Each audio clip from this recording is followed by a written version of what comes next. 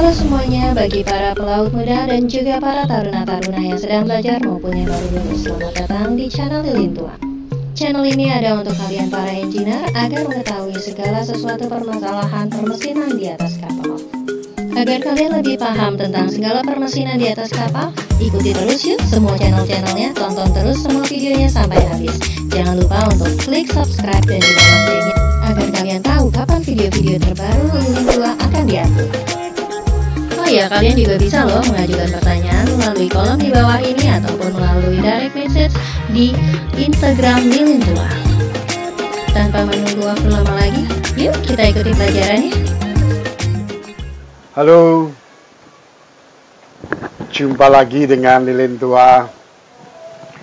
Hari ini kita ketemu membahas tentang permintaan follower kaitannya dengan apa yang pernah saya sampaikan mengenai Sing Anoda. Ya, follower tersebut minta kepada saya agar dijelaskan apa hubungannya apakah ada kaitannya antara Sing Anoda dengan ICCP, Implicit Current Cathodic Protection. Ya, ini ngomong tentang korosi. Ya, yang lalu kita sudah ngomong tentang jenis-jenis korosi dan penanggulangannya atau pengurangannya di kamar mesin, terutama pada komponen-komponen permesinan bantu seperti cooler, kondensor, atau pipa-pipa, ya. Nah, sekarang kita akan melanjutkan dengan permintaan agar dijelaskan kaitannya. Ada kaitannya enggak atau kaitannya dengan Implicit Current Cathodic Protection juga dalam hal pencegahan korosi. Oke, untuk itu saya mencoba untuk kembali dari awal, seperti yang kemarin-kemarin kita ulangi sekilas sehingga nanti nyampe pada ICCP-nya. Oke, baik, kita ngomong tentang korosi, bahwa korosi pada hakikatnya adalah suatu kerusakan material. Nah, kerusakan material terutama pada logam akibat reaksi dari lingkungan. Reaksi dari lingkungan ini bisa air, bisa udara.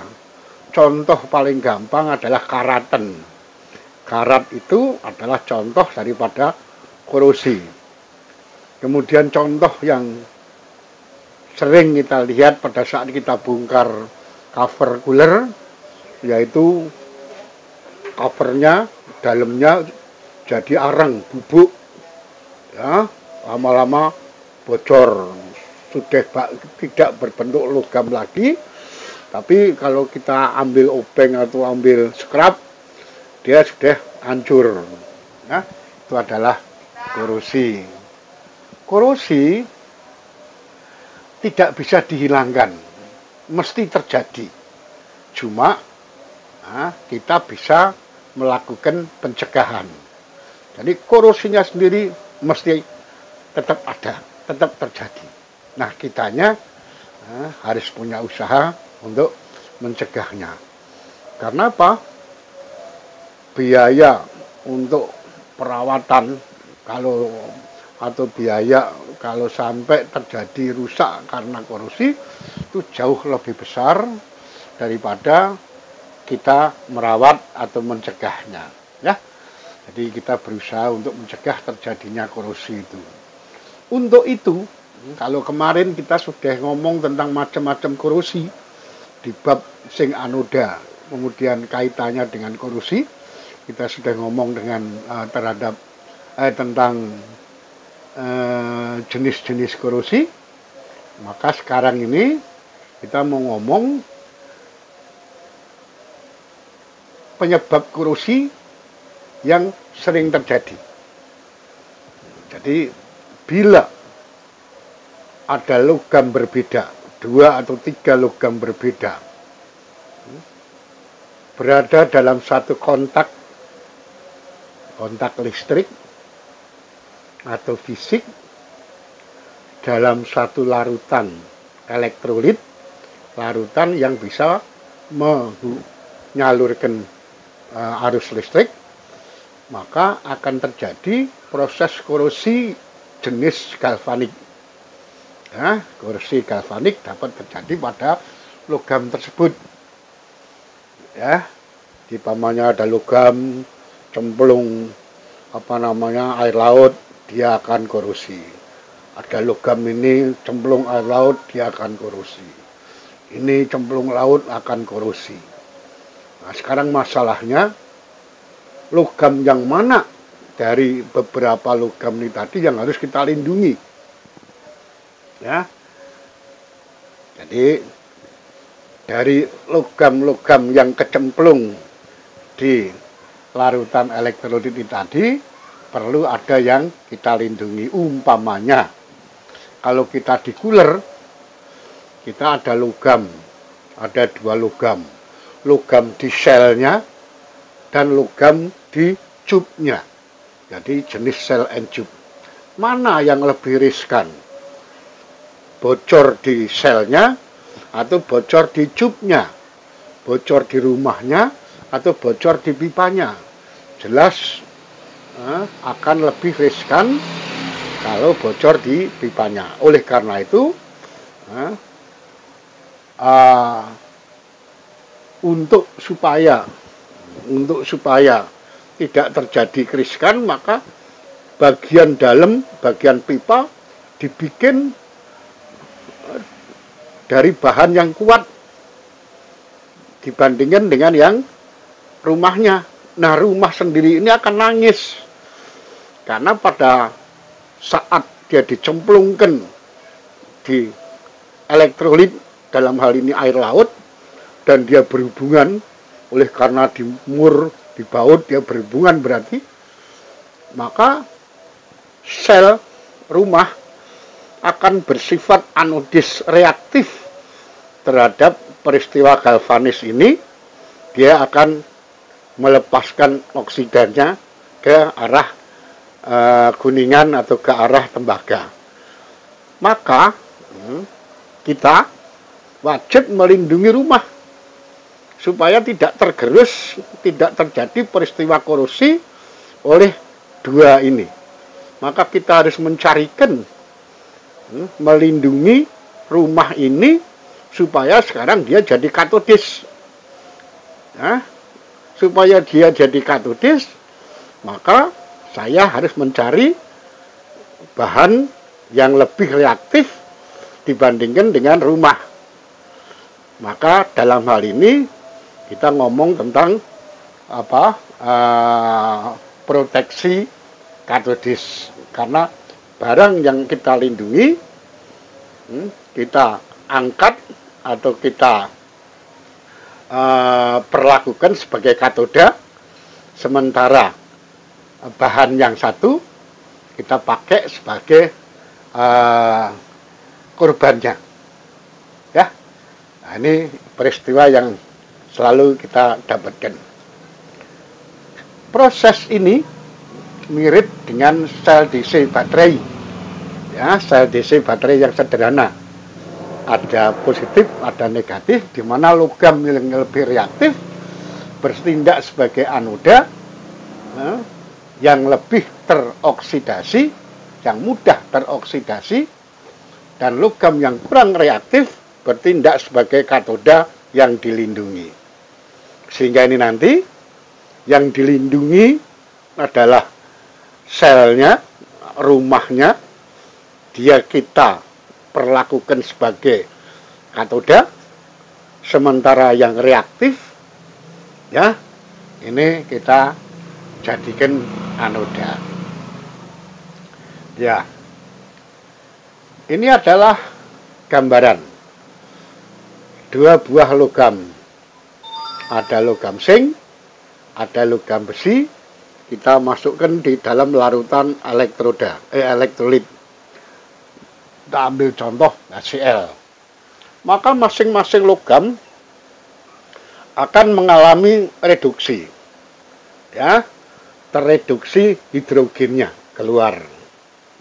Ya, zinc juga demikian, besi juga demikian. Ya, karena zinc tidak kita butuhkan, sementara yang kita manfaatkan di dalam alat ini adalah besi, maka besi ini nantilah yang akan kita lindungi. Dengan cara apa? Nah, kita ikutin dulu.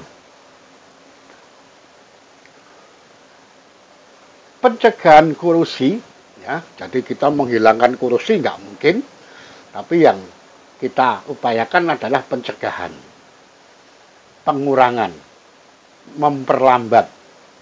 Ya, pertama dengan coating. Coating itu ngecat permukaan dengan cat anti karat, dengan cat anti korosif. Dulu zaman saya layar, saya selalu pakai Apexior yang warnanya hitam. Nah, kalau habis bongkar cooler, nah, ininya permukaan bagian dalamnya sebelum dipasang kembali kita cat pakai Apexior, supaya tidak langsung berhubungan dengan air laut.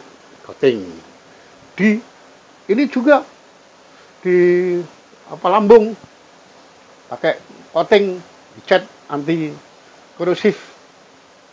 Oke. Nah, kemudian yang kedua adalah cathodic protection, proteksi terhadap katodik yang tadi sempat kita singgung. Logam yang kita lindungi kita perlakukan sebagai katoda, sehingga kita membutuhkan anoda, ya, yang dihubungkan sehingga terjadi arus. Oke, kita lihat. Yang kita terangkan kemarin ini adalah kaitannya dengan cathodic protection, atau termasuk dalam kelompok cathodic protection. Ada sacrificial anodic cathodic protection, SACP,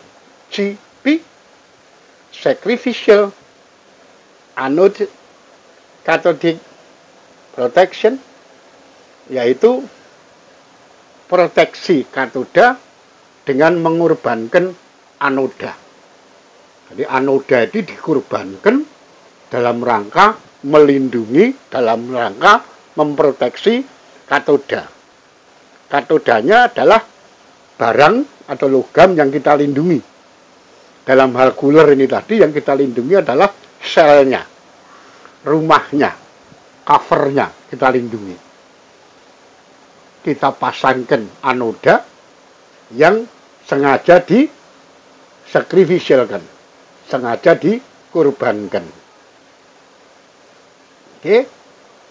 Kemudian yang kedua, dengan yang ini untuk kapal-kapal modern, sebetulnya ini sudah berlangsung beberapa tahun yang lalu, cuma Indonesia kelihatannya masih jarang yang menggunakan metode ini, yaitu Impressive Current Cathodic Protection atau disingkat ICCP. Ini untuk hull-nya, lambung. Sementara satu lagi Marine Growth Prevention System atau MGPS, sama prinsipnya tapi untuk SICES. Untuk SICES, untuk lemari isapan. Lemari isapan bawah, lemari isapan atas. Tidak menggunakan anoda yang dikorbankan lagi, tapi pakai sistem arus panting, ya, Impressive Current Cathodic Protection. Ya, kalau kita kembali, kita ngomong dari mulai SAGP, Sacrificial Anode Cathodic Protection. Ya.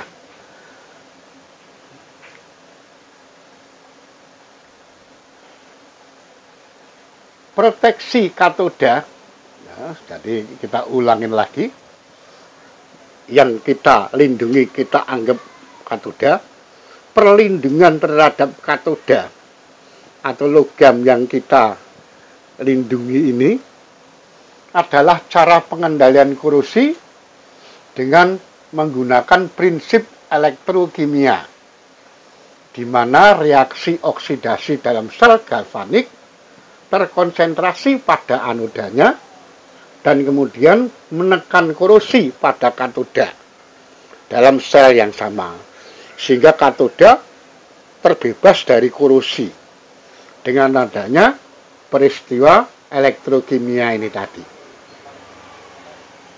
Cathodic protection dapat dilakukan dengan dua metode yang digunakan secara luas. Salah satu metodenya adalah menghubungkan struktur tertentu, katakanlah Fe atau besi atau logam yang biasa kita hadapin.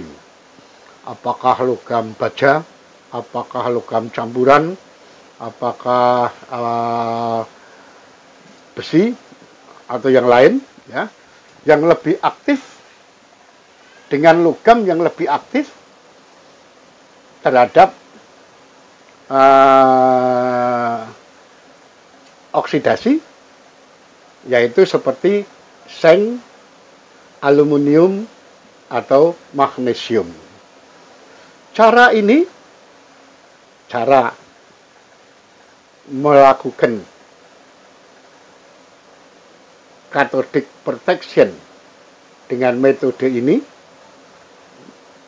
menghasilkan sel galvanik, di mana logam yang lebih reaktif bekerja sebagai anoda, logam yang lebih reaktif bekerja sebagai anoda yang nanti tereduksi, melepaskan sel-sel ion-ion oksigennya, menyediakan flux elektron pada struktur, kemudian menjadi katoda, lewat terus nempel di katodanya. Pada metode ini, ada metode yang dua logam ini, katoda dilindungi oleh anoda yang progresif yang akan hancur akibat oksidasi. Oksidasi itu pelepasan hidrogen karena itu disebut sebagai anoda kurban. Nenek moyang kita juga ngomong itu batang kurban. Jadi bahasa Inggrisnya Sacrificial Anode Cathodic Protection, yaitu melindungi katoda dengan cara mengorbankan anoda. Ya, nah, kita lihat.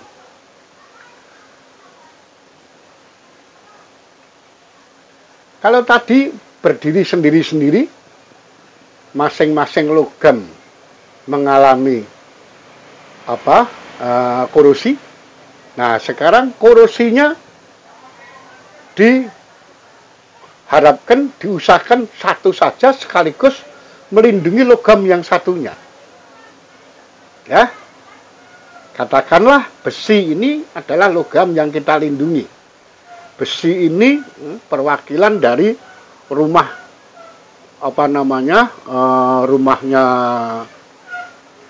rumahnya kondensor atau rumahnya cooler atau lambung, yang kita lindungi terhadap korosi karena air laut. Maka kita pasangkan, kita hubungkan anoda, ya, dengan besinya, dengan logamnya.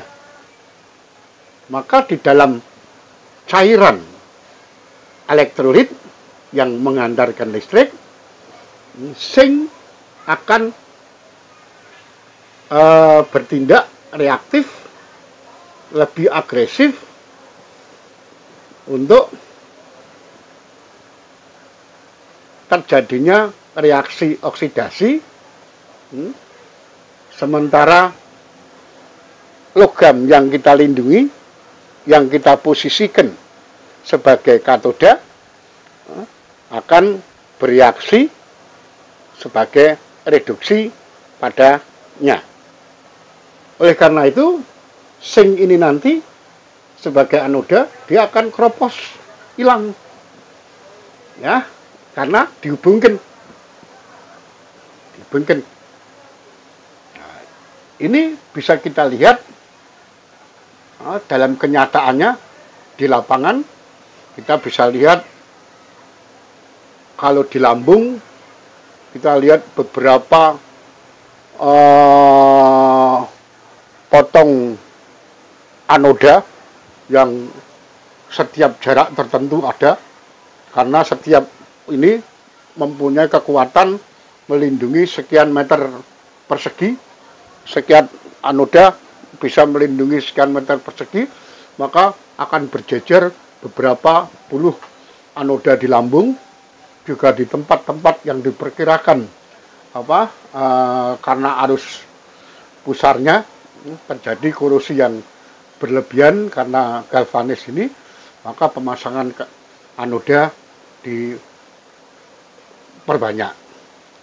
Demikian juga di cooler atau di mesin induk yang didinginkan langsung oleh air laut. Nah, pakai sistem S. Apa tadi? A. Apalagi? K. P. Ya. Ya. Nah, ini yang terjadi pada kita saat ini. Sementara untuk kapal-kapal yang modern sudah memperhitungkan cara-cara yang lebih ekonomis, lebih praktis daripada pemasangan batang korban ini. Ya.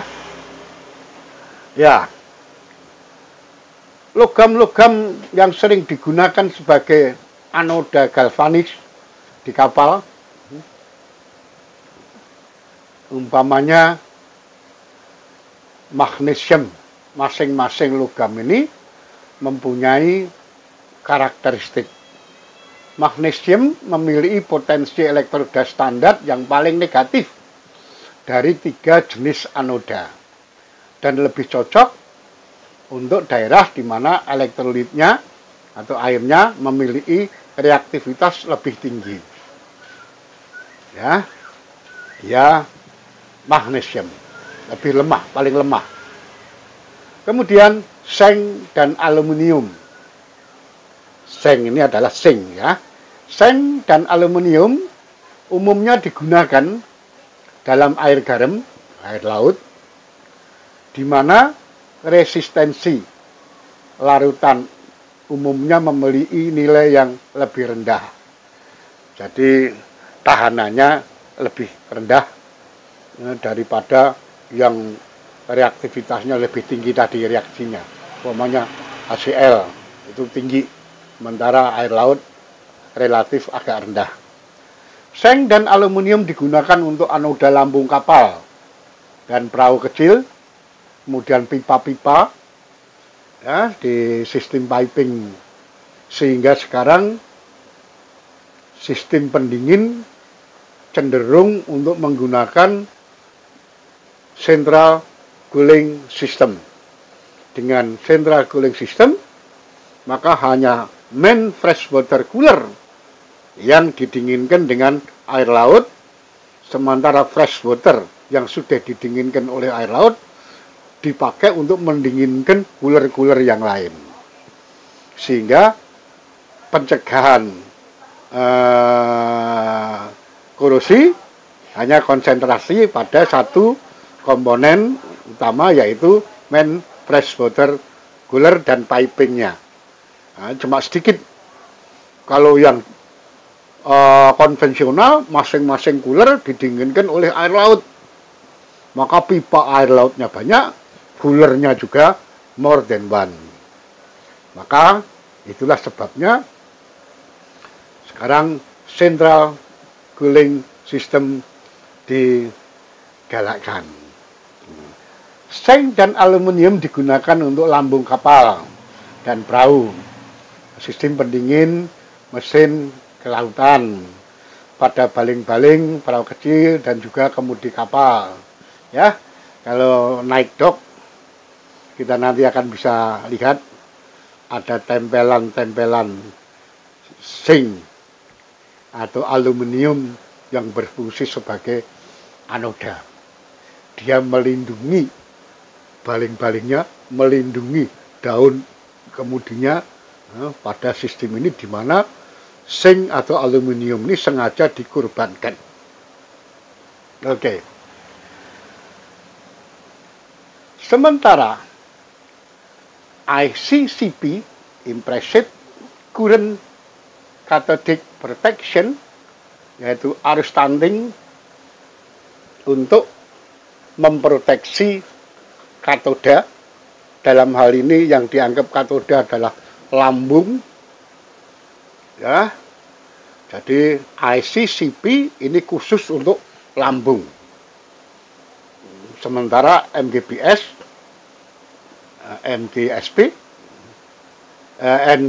itu dipakai untuk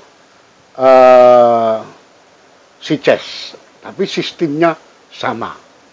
Tidak banyak memerlukan anoda, cukup 2 kiri 2 kanan, tapi dialirin oleh listrik, arus listrik yang membuat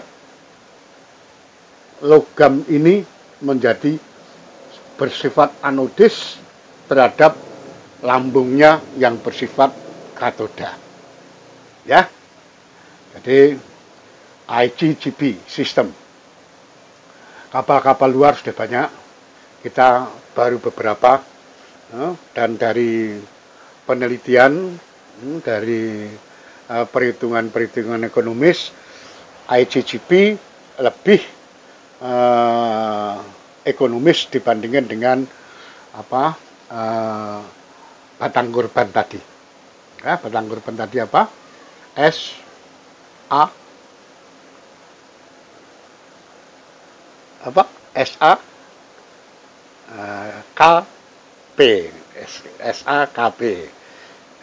Sacrificial Anoda Cathodic Protection.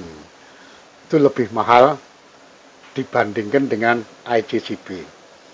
Berapa banyak katoda yang harus ditempelkan di lambung, kiri kanan bawah, dibanding dengan ini hanya dengan peralatan yang nanti akan kita sebutkan. Ya, ini adalah sistem kerja dari ICCP. Ya, di sana Anda akan lihat ada power supply. Power supply ini dikontrol oleh controller PCB. Kemudian dari power supply ini akan mengalirkan arus, ya, menghasilkan arus output yang menuju ke anoda. Anoda melalui air laut mengalirkan arusnya ke katoda, dalam hal ini adalah lambung. Kemudian di sana akan dipasang elektroda untuk referensi, ya. Kemudian dikembaliin lagi, sehingga dengan cara ini akan lebih menghemat. Ya. Jadi aliran arus pertama berawal dari power supply, ya, karena arusnya harus DC, maka dia menggunakan rectifier, dialirkan ke anoda. Ya, arus yang sudah di anoda kemudian melalui elektrolit air laut. Jadi air laut adalah salah satu jenis elektrolit, yaitu cairan yang bisa mengantar listrik.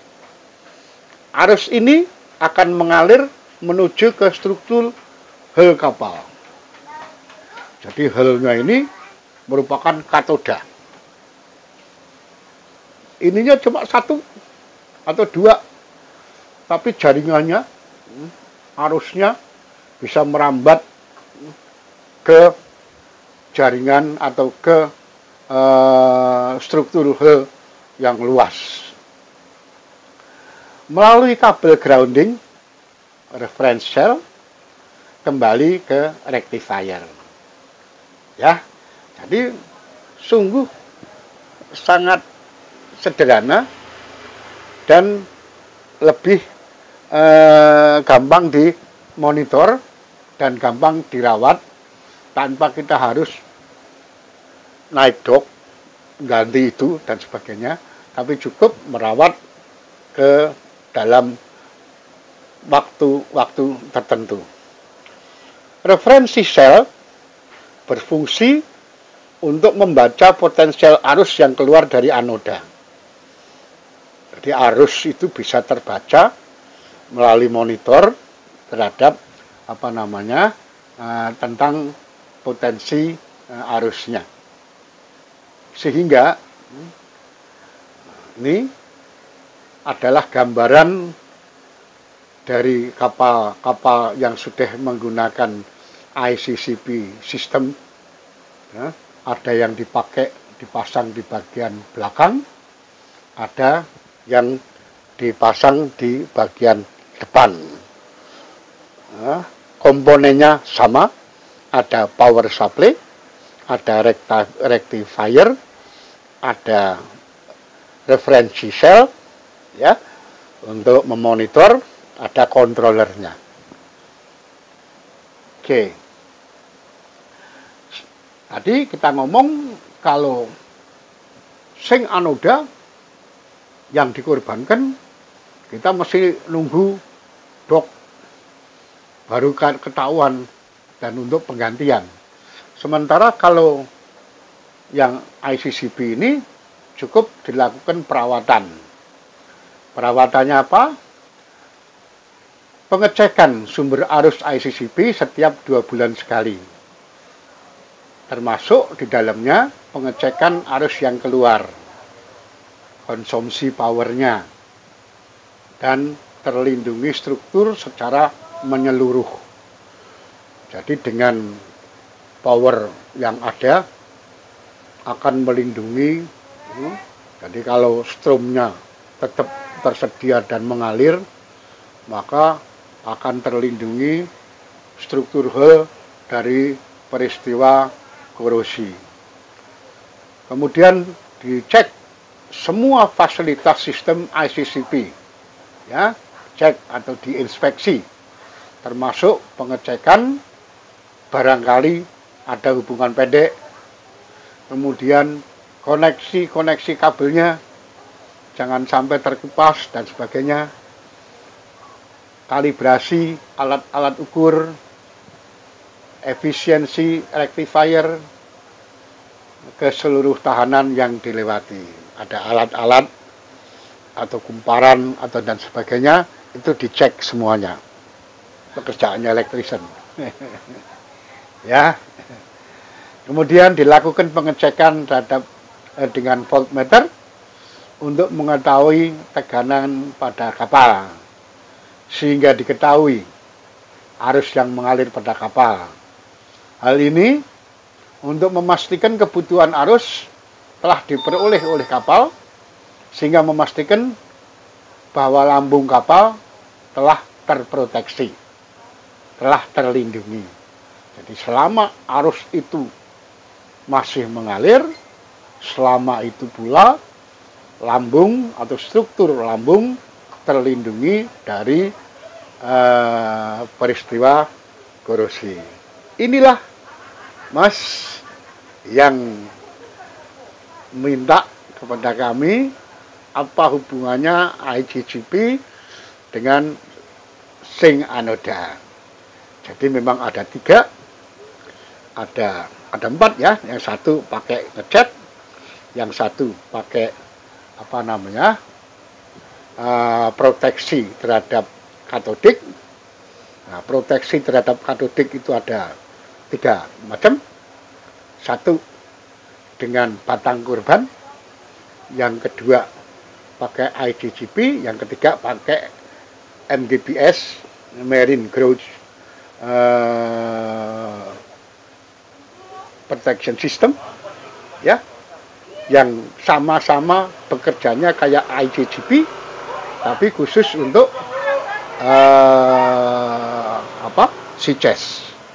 Oke, mudah-mudahan bisa dipahami dan mudah-mudahan bermanfaat baik dek maupun mesin. Jadi karena ini pemahamannya ngomong tentang IGGP berarti ngomong tentang dek, karena dia dipakai untuk hull, juga untuk SeaChest MGBS-nya. Ya, oke. Terima kasih. Kalau ini bisa difahami dan jelas, saya akan tetap menerima masukan. Kalau di dalam penyampaian saya masih kurang pas, masukan, boleh permintaan, boleh question, boleh tulisan, boleh saran, dan sebagainya. Kita ketemu yang berikutnya. Saya juga terselentingi, minta dijelaskan tentang sistem gas atau inner gas system. Inner gas system ini miliknya orang dek sebetulnya, tapi pembikinnya kita, generate-nya kita, tapi ngoperatornya orang dek. Oke, bagaimanapun saya mencoba untuk menyajikan pada waktu yang secepatnya, ya, karena ini untuk dek dan mesin. Karena kemarin saya tanda petik diprotes, Pak, kok materinya hanya untuk mesin tok, sementara kami yang di dek, tolong Pak diberikan materi yang bisa kami serap. Nah, terima kasih sebelumnya. Oke. Jadi ini tadi IGGP ini juga untuk orang mesin dan orang dek. Sementara gas inert atau inert gas ini juga dipakai untuk orang mesin dan orang dek, terutama yang di tanker, ya, menyangkut masalah keadaan darurat, keadaan yang tidak diinginkan, yaitu kebakaran pada saat bongkar maupun muatan bahan bakar, ya. Oke, kita ketemu dalam situasi yang sehat, lebih sehat dan lebih cerdas. Salam dari lilin tua.